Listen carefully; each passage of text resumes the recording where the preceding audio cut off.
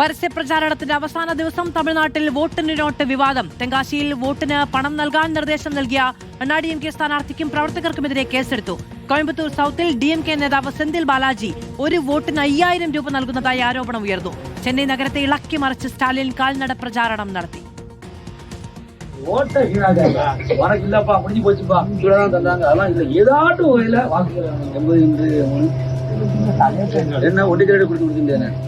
വോട്ടിന് പണം നൽകുന്നതുമായി ബന്ധപ്പെട്ട് നിർദ്ദേശം നൽകുന്ന ഈ വീഡിയോ നേരത്തെ പുറത്തുവന്നിരുന്നു. തെങ്കാശി ആലങ്കുളം ADMK സ്ഥാനാർത്ഥി KRP പ്രഭാകരനെതിരെയാണ് പോലീസ് കേസെടുത്തത്. 50ഓളം പ്രവർത്തകർക്കെതിരെയും കേസുണ്ട്. രാമനാഥപുരത്ത് വോട്ടർമാർക്ക് പണം നൽകുന്നതിനിടെ 3 ADMK പ്രവർത്തകർ അറസ്റ്റിലായി. തെരഞ്ഞെടുപ്പ് ഫ്ലൈയിംഗ് സ്ക്വാഡാണ് ഇവരെ അറസ്റ്റ് ചെയ്തത്. കോയമ്പത്തൂർ സൌത്തിൽ DMK നേതാവ് സെന്തിൽ ബാലാജി വോട്ടിന് കോഴ നൽകുന്നതായി പരാതി ഉയർന്നു. എതിർ സ്ഥാനാർത്ഥി ജില്ലാ കളക്ടർക്ക് പരാതി നൽകി. തമിഴ്നാട്ടിൽ പരസ്യപ്രചരണം ഇന്ന് അവസാനിക്കും. കേരളത്തിലേതുപോലെ കൊട്ടിക്കലാശവും ആഘോഷ പരിപാടികളും ഉണ്ടാകില്ല. പ്രധാന നേതാക്കളെല്ലാം റോഡ് ഷോയും വാഹന പ്രചരണ യാത്രയുമായി ഇന്ന് സജീവമാണ്.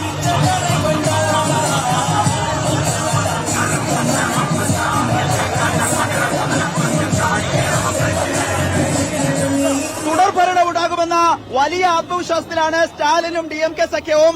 ചെന്നൈ നഗരത്തെ ഇളക്കി മറിച്ചുകൊണ്ടാണ് സ്റ്റാലിന്റെ റോഡ് ഷോ ഇന്ന് ചെന്നൈയിലൂടെ കടന്നുപോയത്.